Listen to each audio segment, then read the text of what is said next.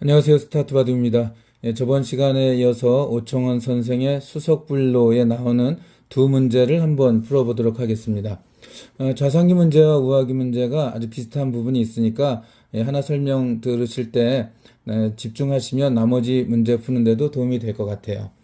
자, 우상기 먼저 보도록 하겠습니다. 좌상기요. 죄송합니다. 이 문제가 좀 어렵습니다. 만만해 보이는데 이제 결코 이제 쉬운 문제가 아니에요. 난이도가 B로 나와 있습니다. 우하기는 난이도가 C라서 차라리 좀 더 쉽고요. 저도 너무 쉽게 푸는 문제이기도 합니다. 하지만 좌상기 문제는 전제 맞추긴 했지만 처음엔 좀 고전을 했었어요. 자, 한번 보도록 하겠습니다. 칸을 줄여가는 게 기본적이죠. 이제 사활 문제에서 잡는 문제는 칸을 줄인 다음에 공격하는 게 완전 기본형이다라고 알고 계시면 되겠습니다. 칸을 줄이는 방법이 세 가지가 있는데 볼까요? 하나, 둘, 셋. 이 중에 정답은 요건데요. 사활 문제 하면서 실력이 느는 이유는 답이 아닌 것도 그러니까 이제 사활 문제에 큰 도움이 된다는 거죠. 요렇게 두면 이제 사활 문제가 확 바뀌어버리는 거죠. 100이 잡히지 않으려면 어떻게 둘 것인가 하는 거죠. 그래서 한 문제를 풀 때 사활이 여러모로 이제 공부하다 보면은 한 10문제도 넘게 푸는 그런 상황이 될 수가 있기에 사활 문제가 수익기 향상에 큰 도움이 됩니다. 자, 요거를 이제 한번 문제를 바꿔볼게요. 이렇게 두면 100이 사는 문제로 바뀌죠. 어떻게 하면 살까요? 이런 식으로 두는 거는 아주 알기 쉽게 잡힙니다. 치중하고 칸을 줄이고 집을 없애면 그냥 잡히죠.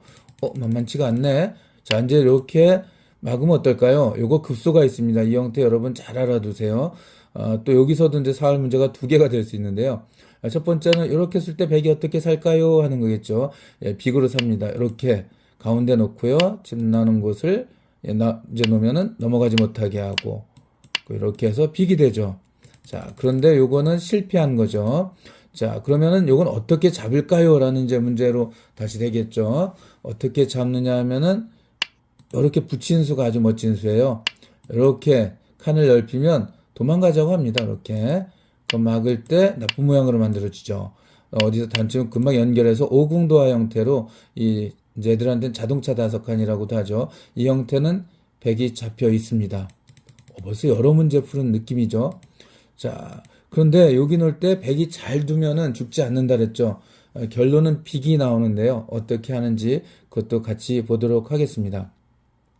일단 여긴 안 되는 건 이제 됐죠. 여기 두면 이렇게 두고요. 자, 요렇게 호구 치는 게 좋은 겁니다. 사활에서 한 집 나기 전엔 항상 호구 친다는 거 잘 알아두시고요. 만약에 요렇게 오면 이때가 좀 어려운데요. 이거 덥서 잡으러 가야지 했다가는 젖히고 맞고 쉽게 잡히죠. 자, 이때 100은 어떻게 두어야 될까요? 라는데요. 이거 막으면 역시 그냥 가만히 젖혀서 잡혀 있는 겁니다. 그러면 어디 놓아서 잡혀 있다고요? 젖혀서요. 그러니까 그 자리를 놓게 됩니다.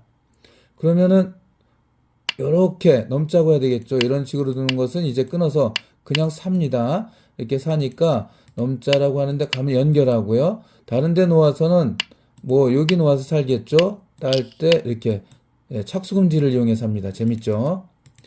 그래서 이 자리를 놓아야 되는데 여기 놓아서 빅이 됩니다. 호구니까 놓으면 그때 방어를 하면 되죠. 그러면 서로 잡으러 갈 수 없는 형태가 됩니다. 재밌는 형태죠. 그러니까 이 사활 문제는 한 문제 풀면서 많은 사활 공부를 병행한다라고 알고 계시면 되겠습니다. 그래서 여기는 답이 되지 않습니다. 여기 멋진 수입니다. 자, 만약에 이쪽에 돌이 이런 식으로 튼튼하게 있다면 200은 이쪽에서 젖혀도 잡을 수가 있어요. 막으면 이렇게 치중하는 수가 아주 멋진 수가 됩니다. 갖다 붙이는 수가요. 이렇게 놓으면 넘자고 해서 집 나면 이렇게 넘었을 때 먹여쳐도 따면 이게 떠면서 단수가 되죠. 자충이 되니까 안 되죠. 이거 3위 급소 아주 멋진 수입니다. 이것도 사활 공부가 됐죠. 자, 이럴 때 100이 이렇게 두면 이렇게 들어가서 칸을 넓히려고 하면 단수가 될 테고요. 4점이 단수가 되죠. 그 다음에 이쪽에서 막으면 저쪽에서 칸을 줄이면 빅이 아니라 그냥 잡히게 됩니다. 금방 또 사활 문제 많이 푸는 것 같아요. 자, 그럼 여기 둘 때 어떻게 두느냐? 방법이 없습니다. 잡히는 거죠. 이렇게 두어도 치중수 하고요. 둘 때 이렇게 두면 이제 다시 빅이 돼요. 이렇게 빅이 되는데 흑에게 또 멋진 수가 있죠. 죽으면 저침이 있다는 것처럼 칸을 이렇게 줄여갑니다. 여기 놓으면은 그냥 단치고 연결할 때 놓아서 백이 잡히고요. 자, 막으면 이렇게 단수를 치죠. 단수를 치죠. 따면 연결합니다. 연결할 때 먹여쳐서 못 살겠죠. 이쪽을 연결해도 이렇게 찝으면 가짜 집이 됩니다. 예, 백은 역시 못 삽니다. 그런데 안타깝게도 실전 이제 처음 문제에서는 흑돌 요 두 개가 없죠. 그래서 지금은 이게 답이 되지 않습니다. 왜냐하면 이렇게 살자고 하고요. 조금 전 수순으로 가볼까요? 치중으로면 맞고 칸을 줄일 때 단수 치고 단수 칠 때 따는데 연결할 때 여기서 단수 쳐서 바깥으로 탈출이 가능하죠. 그러니까 오른쪽이 약하기 때문에 이제 지금처럼 1번으로 젖히는 것은 답이 되지 않습니다. 그래서 이것도 아니고 이것도 아니네요. 자, 먼저 치중을 하면 어떨까요? 요거는 이렇게 집을 만들자고 하겠죠. 이렇게 놓으면 그냥 살아버리고요. 살았죠? 아까처럼 넘자고 하면 이렇게 막아버립니다. 그럼 이걸 집을 없애면 이렇게 놓고요. 지금은 넘어가는 게 환격으로 안 되죠. 그래서 먼저 치중하는 것도 안 됩니다. 자, 젖히고요. 막을 수밖에 없는데요. 자, 이제 공격을 여기서부터 하면 안타깝게도 답이 안 해요. 여길 놓고요. 여기는 환격으로 살아버리죠. AB 맞보기입니다. 이렇게 산 집 나고요. 이쪽 놈 이쪽에 집 나죠. 두 점은 달아날 수가 없기 때문에 살아버렸죠. 자, 그래서 이렇게 놓으면 놓았을 때 방법이 없습니다. 그냥 살아버립니다. 그러면 어떻게 잡을까요? 이렇게 붙이는 수가 아주 좋은 수예요. 놓으면 이제 우하계도 비슷한 모양이 있다 그랬죠? 양자충을 이용하게 됩니다. 여기 좀 단칠 때 뻗었을 때 이 젖혀놓은 수로 인해서 백이 이쪽으로도 자충이 되고요. 이쪽으로도 자충이 됩니다. 그래서 양자충으로 잡히게 되죠. 자, 그러면 백이 연결하면 어떻게 될까요? 그럼 이제 이렇게 들어가고요. 칸을 넓힐 때 아까처럼 빅을 만들려고 했는데 여기 넣으면 빅이 아니죠. 백이 여기 올 수가 없죠. 따니까. 백이 이걸 딸 때 내 걸 나쁜 모양으로 만들어 버리면 요거는 자동차 5칸 오공도화로 잡히게 됩니다. 아주 멋있는 문제죠. 자, 답을 한번 보시면 이쪽도 아니고 여기도 아니고 여기도 아닌데 그래도 반복해서 공부하는 게 좋으니까 이렇게 놓으면 백은 이렇게 두는 게 아주 멋진 수라서 빅으로 산다라는 거 꼭 알아두시고요. 이런 형태에서 어떻게 사는가 이제 공부 좋은 문제가 될 수 있으니까요. 자, 이거는 이렇게 두어서 오른쪽이 약해서 살 수 있다라고 말씀을 드렸습니다. 단침 따고 연결할 때 바깥으로 탈출이 되고 그렇다고 여기를 먹여치면 그냥 한 점을 잡아버리면 되겠죠.